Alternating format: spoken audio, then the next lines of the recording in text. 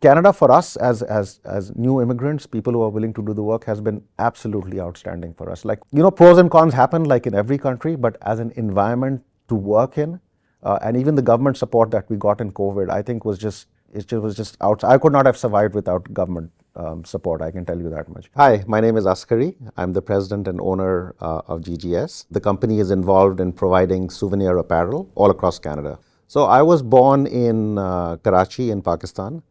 Life growing up, it's been a long time, but life growing up was generally fun. It was carefree. Somehow I feel there's a lot more pressures on people these days, but it was carefree. We had a good lifestyle. Like, we came from a middle class sort of background. Went to school, had fun, played a lot of tennis. Was reasonably okay at studies, but didn't spend much time doing studies. I graduated from there, did all my schooling in Pakistan, and then I got into the banking sort of route, worked for Citibank for a long time, and then found myself in Canada on an entrepreneurial journey.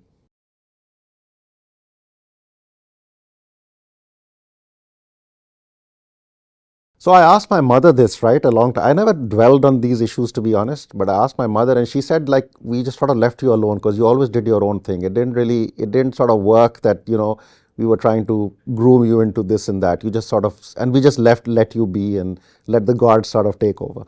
So I think I'm independent. I'm actually fiercely independent. Yeah,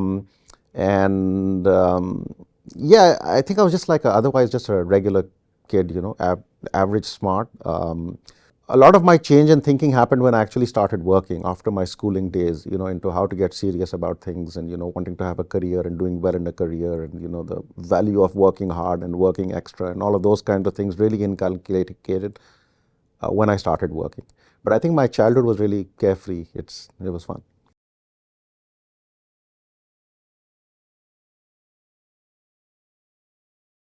There used to be a business school there. It was probably in those days the best business school over there. So I managed to get admission. My elder sister also went there, and I managed to get admission in there, barely by the skin of my teeth. And yeah, so then I graduated from there, and I met my wife there as well. And yeah, so then after that we got into the banking sector. In those days, this I'm talking about, early 80s, beginning of 80s, there weren't so many fields and, so many exciting opportunities for people. Back there, you had like finance was there. You either became a doctor or an engineer, or there was finance. Finance paid the best, and sort of it worked out. I enjoyed my banking career in life as well. So yeah, it worked out.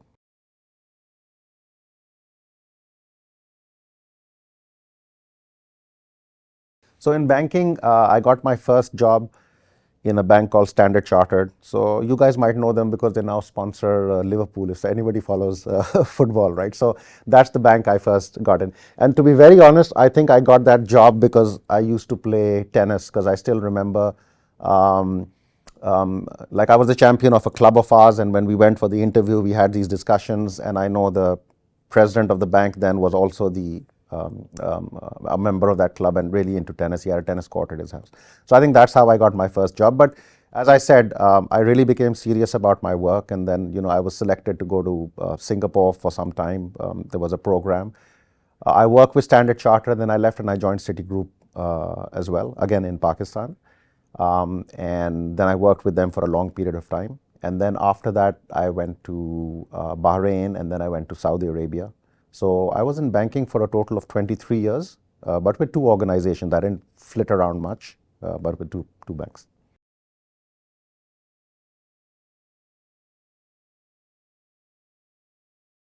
So Canada was a very strange journey for me because I was just meeting some people at random, and they were talking about immigration and stuff, and that's where the discussion came out. And I said, we should apply for this. And my wife at that point in time was dead set against it. Anyway, I think that's the only battle I've won from her. The rest of them I've all lost. So eventually we applied. We got our immigration and all through, and then the biggest moving point was when it came through, we moved really quickly because my daughter, Sanya, who's now 26, was just going into that school to college. So, my wife felt she needed a couple of years of stability before she went to college because everything was new. She'd probably struggle. So then we just upped and came. I did not move with the family for a year. our intention, because we wanted to see if it's going to work out for us in Canada. But when I moved, it was, in life sometimes you don't plan everything. And when you move, my thinking was that it's a new chapter in my life. I want to stop working for a bank. I want to be an entrepreneur, all of that kind of stuff. And it was just a totally new chapter for us. So that's just how it happened. I met somebody for tea, and then the whole discussion came up, and then eventually we moved. And in that process, I decided I wanted to be an entrepreneur.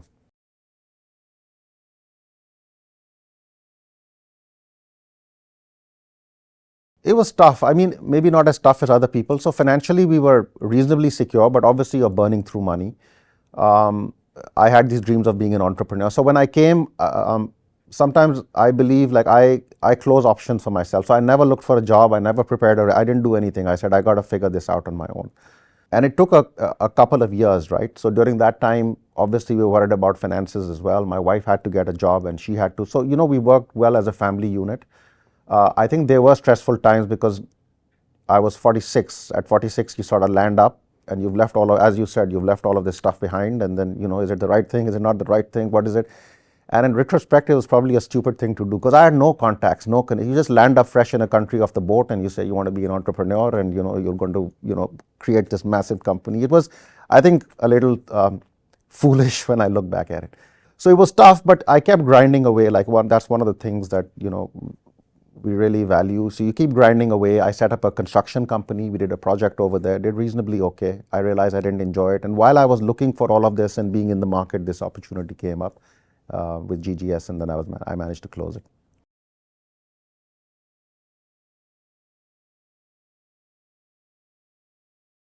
So again, it's like, as I'm talking to you, I think my life is just things sort of happen. So I was looking for a business to buy, a running operation kind of business. I looked at a bunch of stuff, right? So with my resources, with, the amount of money that I have, whether I want to have a partner, not have a partner. So I was introduced to one of my banking friends over here. He knew the previous owner of this company. He was interested in selling, and he knew that so it was just a random introduction. I had no idea about garments. I have no idea about clothes. I have no idea about printing, souvenir market, like absolutely zero. But I thought it was a business I could understand. So my approach always had been at 46, 47, I was too old to found something and then let it grow over a period of 10, 15, 20 years. So what I wanted to do was get something that's running, and I thought I could manage that better. With all the pieces moving, I could improve that. So I felt I could understand the business. The other thing was when you're a banker, right, dealing with numbers, you realize you really don't know a lot about the real world. You're just stuck with screens and you're stuck with spreadsheets and you're doing models and you're, giving people advice on how to run stuff. You really don't really. So as I went looking for companies, I realized that my skill set in terms of running something is also quite limited. So this I felt fit within that kind of skill set. I could understand it. It wasn't overly complex. I was wrong about that, but it was, I felt I could manage it. And so, pulled the trigger, managed to close the deal.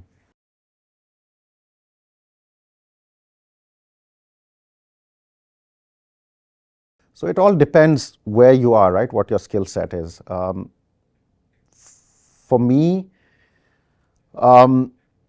I felt I didn't have a skill set in the real world. I didn't have a skill set in Canada. So for me to set something up, knowing the rules, regulations, people, there was absolutely nothing. So for me, I needed to have a base to start. So that worked for me. So everybody is different. Like I always hesitate giving people advice because everybody's situation is different. Personalities are different. Risk-taking abilities are different. So if I tell you to do something, it probably may not work for you. I can only tell you what I've done. So that's how I worked it. I said that in a new environment, new place, like everything was new. It's like, I think about it now when I go back, I think I was nuts, right? Like at 46, you land up, put all your money into something that's absolutely new.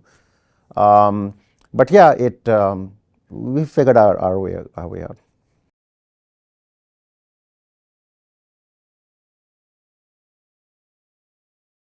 So I was a little different, right? Because I did have some money. In my situation, I did have some savings. The risky part for me was that at 46, if you put all your money into certain savings in a certain venture and it doesn't work out, I don't have a runway.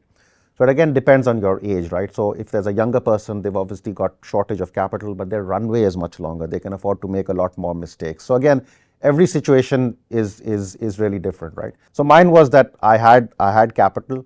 For younger people, There are sources. So I again come from a banking background, right? And one of the things that I learned, the only thing I can say is that I like liquidity. So liquidity means I like to have access to cash. That's how bankers work, right? So whenever there's a crisis, I don't care how much it costs. I keep looking around for where the money is, because that's the oxygen. If that cash flow stops, you go bust. If you can carry it over a period of time, you'll probably recover. You'll probably recover from your mistakes, and good times will also come. So the only thing I can tell younger people is, whenever you get cash, always try to, like on a shoestring, it's really tough. If you've got that liquidity, that oxygen around you a little bit, then you can make mistakes. And in business, you will make mistakes.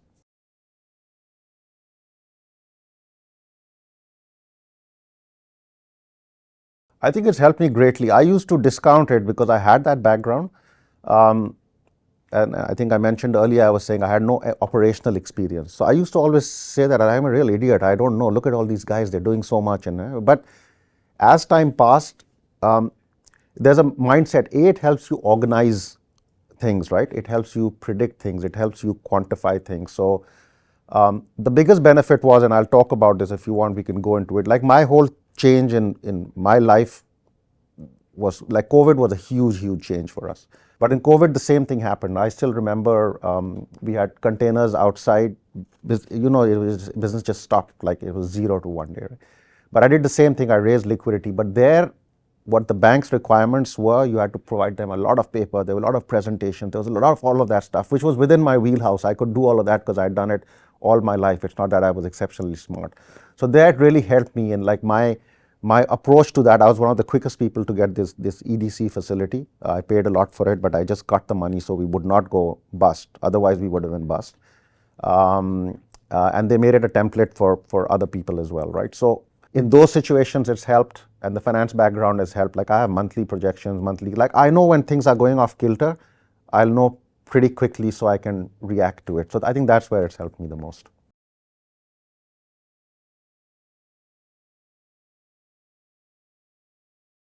So we're a B2B business. We don't deal with the end consumer. So this business is, we provide clothing. So let's say you'll buy shirts, which are called blanks, and then we have a facility where you embellish. So embellish would be, we do embroidery, we do printing, we do digital printing, and we have our own design team. So there's a lot that's going on. So let's say we're doing a program right now, for example, for Calgary Stampede, right? So Calgary Stampede, we're going to give their designs, the Stampede designs, they're going to approve it, then we're going to print it, and then put them on garments, price it out, and send it to them. So it's a long process, which is quite involved. But it's fun because there are lots of different pieces. There's a production aspect to it, there's a design aspect to it, there's a sales aspect. There's a lot going on within the company. It's not just a one path kind of thing. So that's what we basically do. Our customers, we have about 800 customers. So anybody involved in the souvenir space. This company is a 37-year-old company. I bought it in 2007, but it had been in existence. It was a sleepy sort of company. We've sort of, hopefully woken it up. But our customers will be, if you go to Niagara Falls, Niagara Parks Commission, there'll be Capilano. At the airports, you'll see our stuff in duty free. CN Towers is a large, like any large tourist operation or resort, you'll probably find our products there.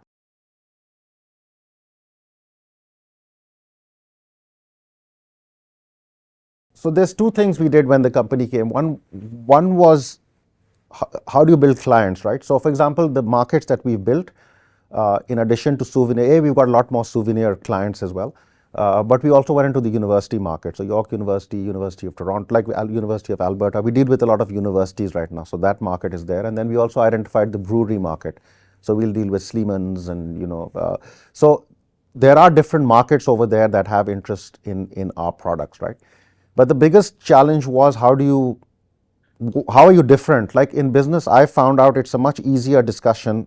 I'm not a great salesman, so I can't sit and convince you. But if there's something which is a differentiating factor, I can put that across to you in 1 second, right? It's like I'm pretty nuts and bolts kind of person. So I'll just come to you and say, this is my proposition, this is the difference, this is what we offer. You want a deal, you don't want a deal. Like I'm not good at the fluffy stuff that let me take you out for a nice dinner and, I'll talk about your kids and family.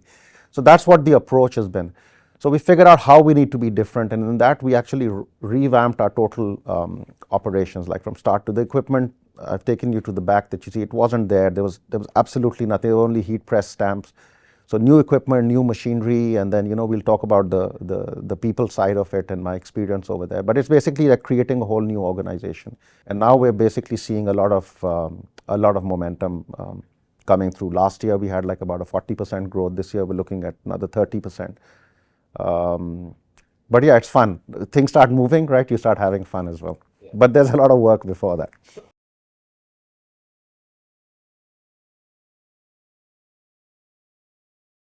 So what we found out, what helped us was really products. So if you've got standard products for customers, you're pigeonholed into a certain place, and then after a while it becomes price competitive. It becomes this boring business. So always the thought was, again, same thing. How are you different? How do you stay ahead? And one of the ways we stayed ahead was to come out with new products. So what we did was we broke our business down into three sections. We said that one is core. So core would basically mean if you want to buy hoodies on a B2B space with a design, there's no other person in Canada who's going to provide it to you cheaper than us. So that's a value proposition, right? That's a guarantee for customers. You come and buy it, you're not going to get cheaper hoodies in Canada. But we price it, we organize it accordingly. Then there was this old GGS, the 37-year-old company. They've got some pair design and some products that sell very well. So that was the core. And then we came out with a higher product, which is what we call North and Oak. You'll see it behind us. So this is a launch of a higher end value end product. And what we really found was a lot of customers were drawn to it.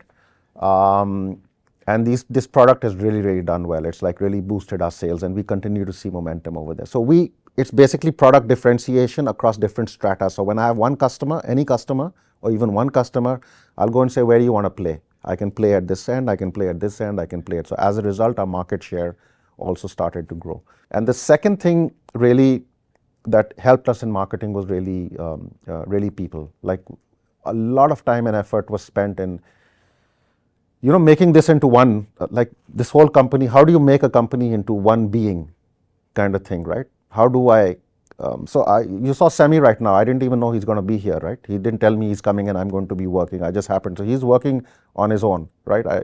So it's how do you get people in that? So when that happens, your operations, production, all the product stuff that you're doing, that improves. And then also we revamped our whole sales division as well. We got new agents. And so a lot of small things. The biggest thing I would say is product, which has helped us in marketing, because that's my differentiating factor. I can put something across and immediately I can make a deal. But then you need a lot of stuff to support it, right? So there's lots of work that's gone on to support it. It's not just one product would be the main thing, but a lot of work has gone around that to deliver it.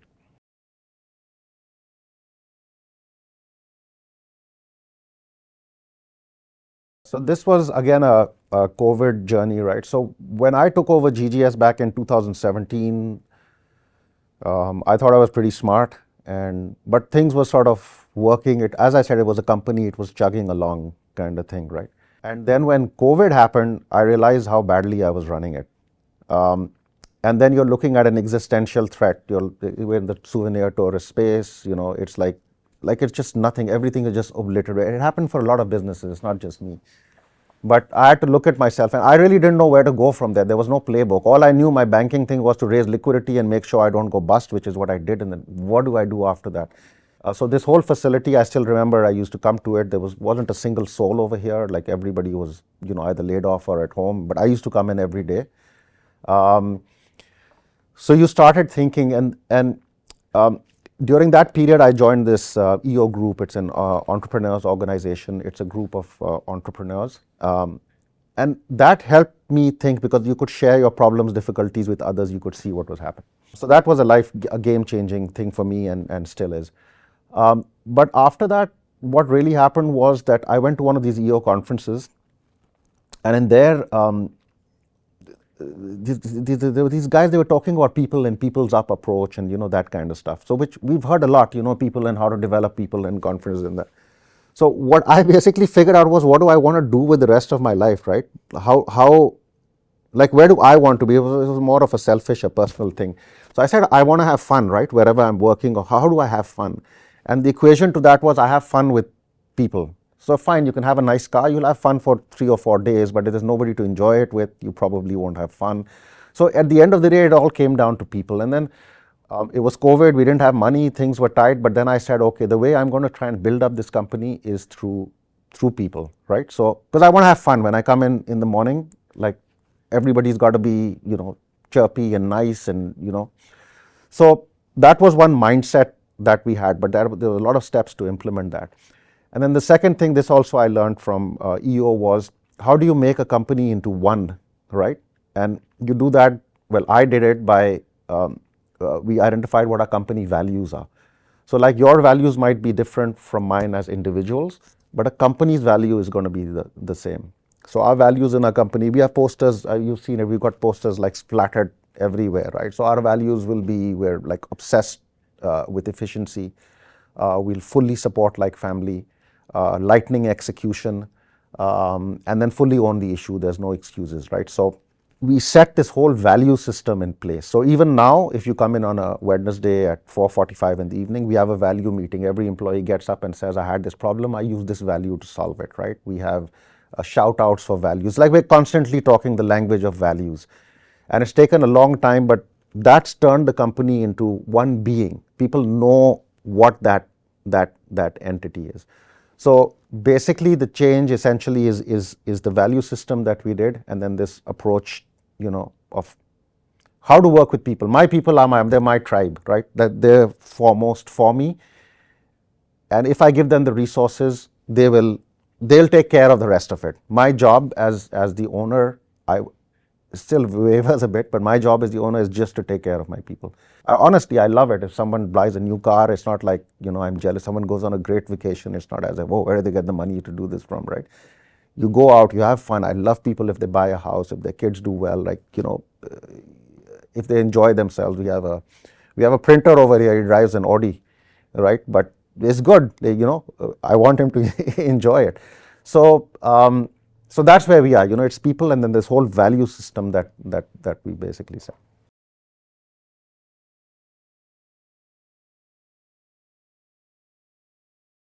I'll tell you what my values or what I believe in leadership is. First is you got to do it yourself, number one, right? So whatever, so I'm a very no bullshit kind of personality. So you have to be the first one. If there's a crisis, I've got to be the first one to show up, right? So every job at the back, I've done every single job. I've done it in crisis. I've done it at nights. I've spent hours. I don't do it now, so other people are doing it now. But every single job in the company. So it's like they're leading from the front, right? Like I'm the first one stepping up if there is a if there is a problem. And then you basically, I think, like my values for leadership are you have to demonstrate, right? You got to be, you can't just talk about things. If I talk about values, I have to be doing it, right? The people's approach when I happened, there were a lot of initiatives over there, but all of those initiatives had to be executed. Some involved money, right? Some involved, like we adjusted the pay scale. We gave like a 16, 17% average increment to people. We give our bonuses are best in the industry. So we did a lot of stuff which involved taking risks, especially in COVID time as well. So I think when people see that, after a while, they start believing that this guy is genuinely doing this. They see results, right? And once that track record is there, then people, I think, believe you more. It's not just talk.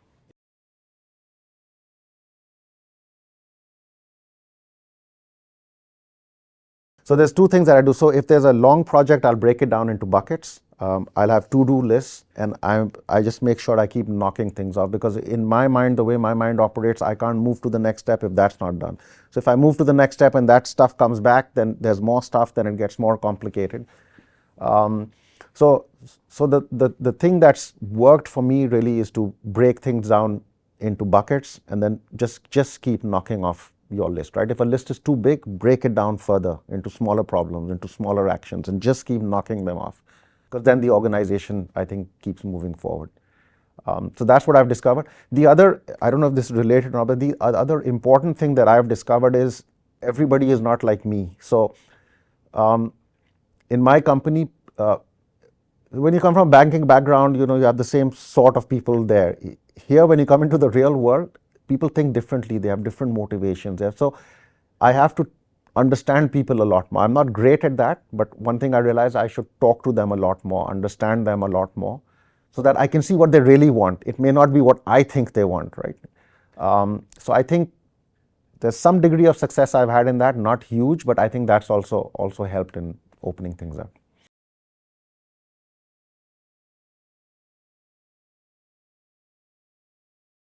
I've noticed you don't have a financial plan going into the year. So I think it really, like, for me, I have like a month by month projection of where my company is.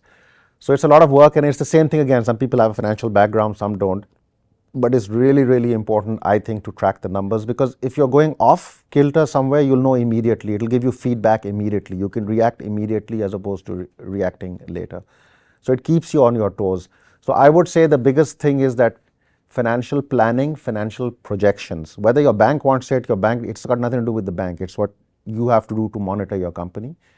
Because then you can also see what risks are. Okay, my sales, I've lost this customer. What's going to happen to my cash flows? What's going to happen to this issue, right? You can forecast. So financial forecasting, financial planning, I think is something that is like, for me, it's really, really important. And I think generally for entrepreneurs, it should be. A lot of them have great ideas, but it sort of, sometimes goes off kilter because it hasn't been boxed into a mathematical world.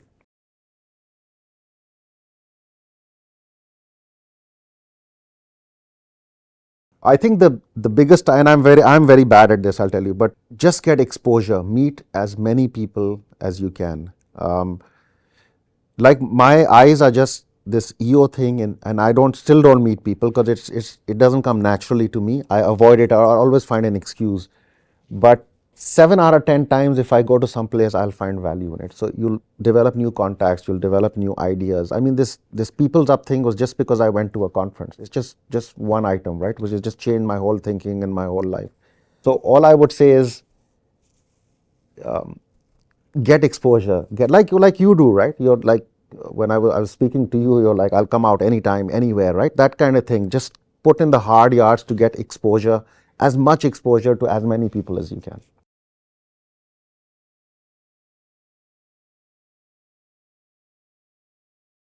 So I'm old-fashioned, man. You just suck it up and move on, right? I'm in that, and I know I'm not saying, I don't mean to offer this as advice or be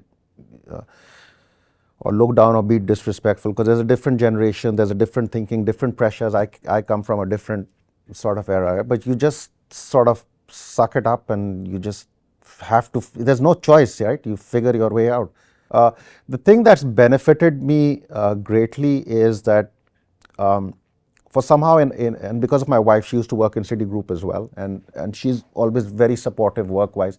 Somehow in our family, work was like priority. Obviously, family is there, but then she used to take the burden for that. But work was always like, if work has to be done, and there is a holiday that we've planned, and obviously if something happens, it's the holiday that's going to go, not the work. So that's just our mindset. And I'm not saying it's right for everyone, but also when COVID happened and when your ups and downs kind of things happened, it's also what sort of pressures you get at home. At home, I had no pressures. Why are you staying so late, or why are you doing this, or we have to go to this place, or we didn't do that, or we missed the kids. Like, in tough times, there was absolute no pressure. So I think in my case, it was my wife, and then the solidity, I don't know if that's a word, that I got at home. I think that helped me manage a lot of the stress. But at the end of the day, you just have to go through it yourself. It's like, dealing with it's a crude way of putting it, dealing with a death, right? Like, I can condole with somebody as much as I want, but you just have to deal with it. You have to figure out how to deal with it. That condoling is obviously helps a bit for a while, but that formula for how you deal with that situation, you have to figure it out, right? But if the environment is enabling and supporting, it just becomes easy.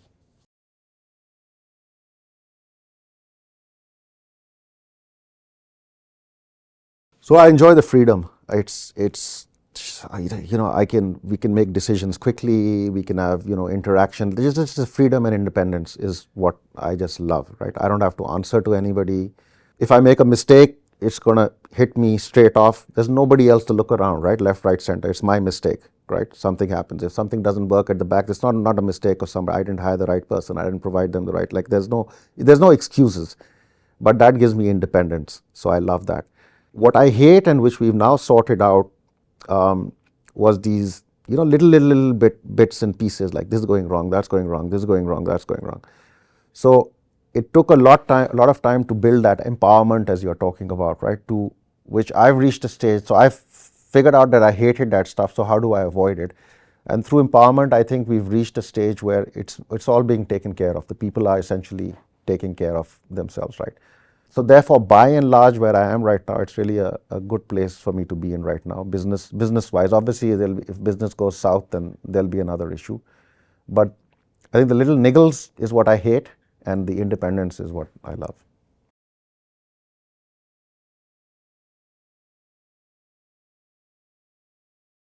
Oh, toughest by far, COVID. So I still remember we had heard of this thing called COVID, but it's never going to happen. It's never going to happen, kind of thing, right? And then I was at a ski vacation at Mont Tremblant, and in the last day they shut the ski place down. It was just zero from zero. And we were panicking, what's going to happen? I had to come back that week. I had to fire all my employees. Figure out what to do, what government grants, where the company is financing. Like the first week was just in shock, right? Then you sit down and figure out, what. Then I had containers, because our season, as I've explained to you, we have the containers February, March, April. March was COVID. April is when it stacks up, and then I sell all of that stuff. All of that stuff was just lying outside. I had to make payments to those vendors. They were scrambling. So getting through that was the toughest thing I think I have ever gone through in my life.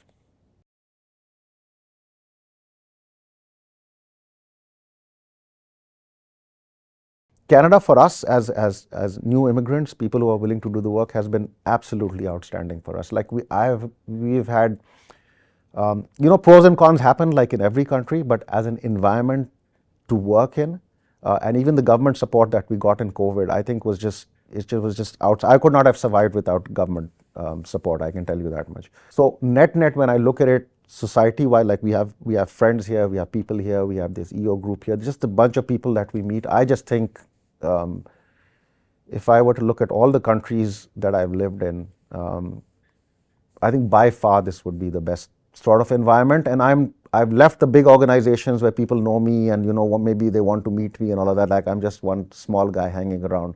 Despite that, I think it's been very good and very welcoming for our family.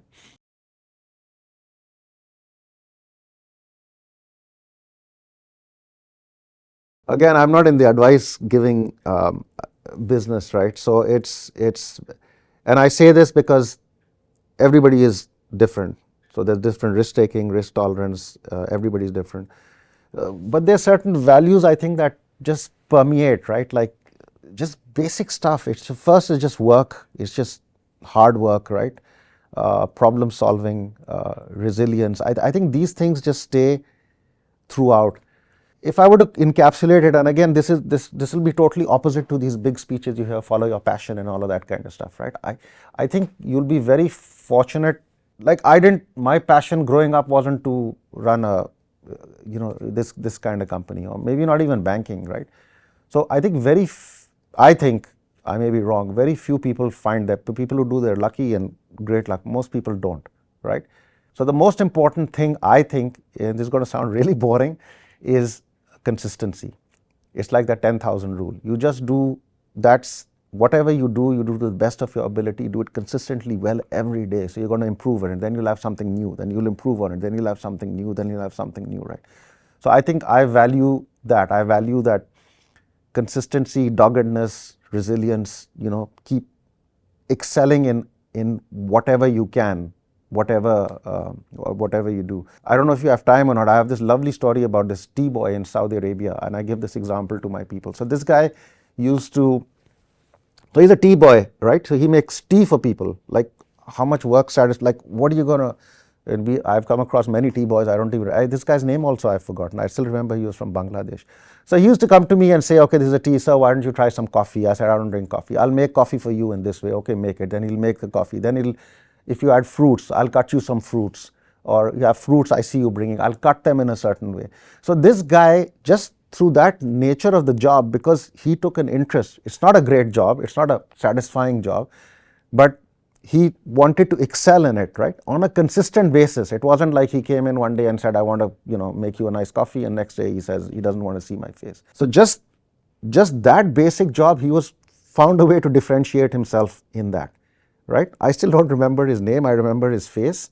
And I don't know what happened to him, because he was with some place and then, he went away. But this T-boy in Saudi Arabia just sticks up in my mind as this unbelievable example of what you can do with anything that you're doing, right? It's just a matter of mindset.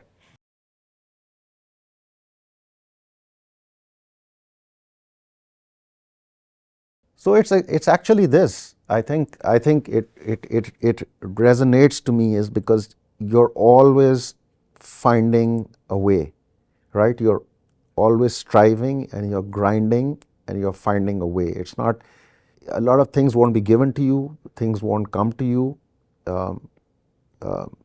You just have to keep finding the way. You have to keep hustling and finding the way. So to me, it's just another extension of my, this grind kind of philosophy, right? I know it sounds boring, but anyway, that's what works for me.